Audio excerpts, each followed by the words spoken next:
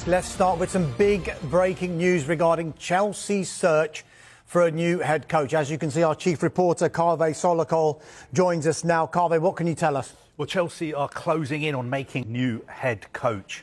I've been told that Chelsea have been very impressed by the breadth and depth of his knowledge about their squad in talks with his representatives. They've also been impressed with his single-minded focus on the way Chelsea want to play and also his desire for the job. One thing that's really stood out in talks with his representatives has been his obsession with possession and positional play, and that is what has made him the leading candidate. And he's now their preferred choice to take over from Enzo Maresca. The appointment could be made in the next few days if and when that agreement is reached with Leicester. Chelsea, of course, are willing to pay compensation. I think it will probably be about £10 million. And also personal terms have to be agreed. But all our information today is that all roads are leading, becoming the new Chelsea head coach, and it could be in a matter of days. Yeah, you preempted my next question. Could it come, this announcement, as soon as this week then? Well, I think Chelsea have always made it clear that they want an announcement. I just wonder, you know, he had the Scott Parker situation where he criticised the owners, the transfer policy, the players a little bit. He's done that once or twice already this season. Clearly, Todd Boehly has thought, right, enough's enough. We need somebody else in. But I guess who comes in next?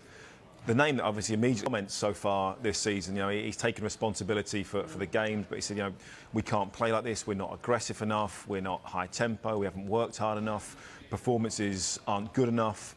Clearly, I think we could all see that something wasn't quite right. But like I just said before the news broke, I think we all assumed that that was a little bit of a hangover from last season and what had happened, and happened obviously with the ownership of the football club. Signings then coming in, Todd Boehly taking the reins as not only owner, but chief exec, chief scout, chief of recruitment, chief of everything, effectively. That hasn't gone as smoothly as maybe some thought it should do this season. I thought he would be given a little bit more time, but clearly they've decided to make a change very, very quickly, which is a huge shock, is a huge surprise. But I guess now it's who comes in next and how quickly can they get that person in. Very, very good businessman, very good sports operator, but not in football. So there must have been huge discussion about what players he wanted and had the final say. And now it's down to somebody else to come in last minute, pick up the pieces and try and put it all together. And that's not going to be easy.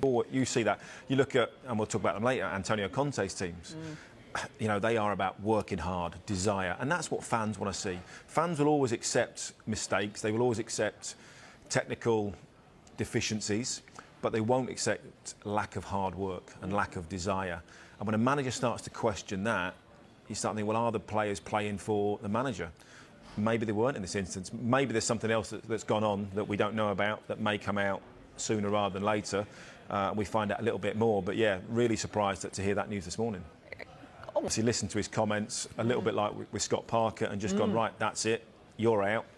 And they clearly haven't got anybody in mind as yet to appoint, but I would expect an appointment within a week at least. Yeah.